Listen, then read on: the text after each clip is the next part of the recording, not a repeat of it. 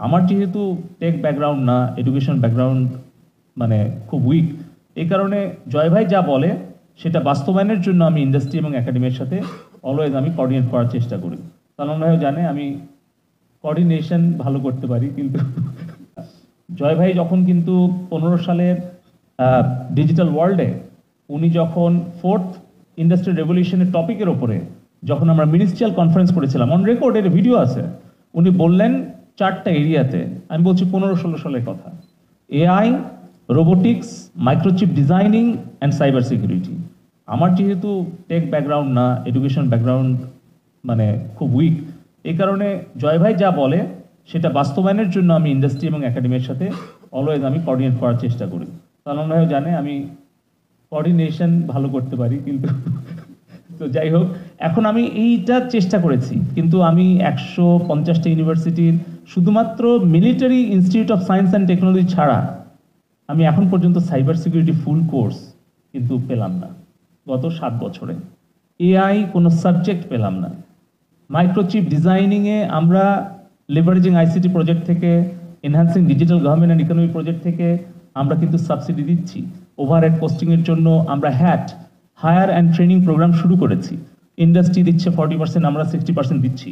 কিন্তু এটাকে তো এমবেড করতে হবে ইউনিভার্সিটি কোর্স কারিকুলামে। শুধুমাত্র ঢাকা ইউনিভার্সিটি যে আছে না, ওই যে এমবিএ, ওই যে আপনার আইবিএ ছাড়া অন্য কেউ কিন্তু কোর্সে আমাদের ওইগুলো ইনক্লুড করে নাই। ওখানে সিএক্সও যেই টপ আপ ছিল।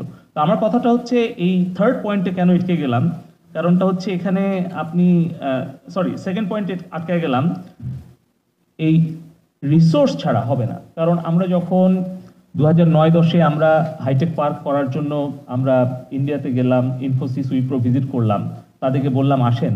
তারা কেন আসলো না? তারা বলেছিল যদি অ্যাট্রাকটিভ মার্কেট থাকে তারা আসবে, যদি বিজনেস ডিল পায় তারা আসবে, অথবা যদি ক্যাপাবল হিউম্যান রিসোর্স থাকে। শুধু কম্পিটিটিভ হলে হবে না, সস্তা হলে হবে না, তারা সেই কাজ করার যোগ্যতা থাকতে হবে। তা আমাদের কিন্তু মেধাবী ছেলে মেয়েদের কিন্তু অভাব নেই, কিন্তু অপরচুনিটি তো ক্রিয়েট করতে হবে।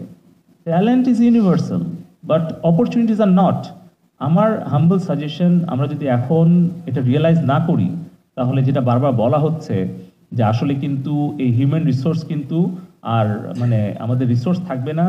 জাপান, জার্মানি, ইউএসএ বা যারা টেকনোলজি এআইতে আগায় যাচ্ছে, তারা দেখা যাবে robotics, AI, machine learning, data analytics, এগুলো কম্বিনেশনে আমাদের কিন্তু হিউম্যান ইন্টারভেনশনটাকে পুরাটাই অবসোলিউট করে দেবে, মেশিন সব কাজগুলো করে ফেলবে। এবং তার কিছু নমুনা আমরা পাচ্ছি।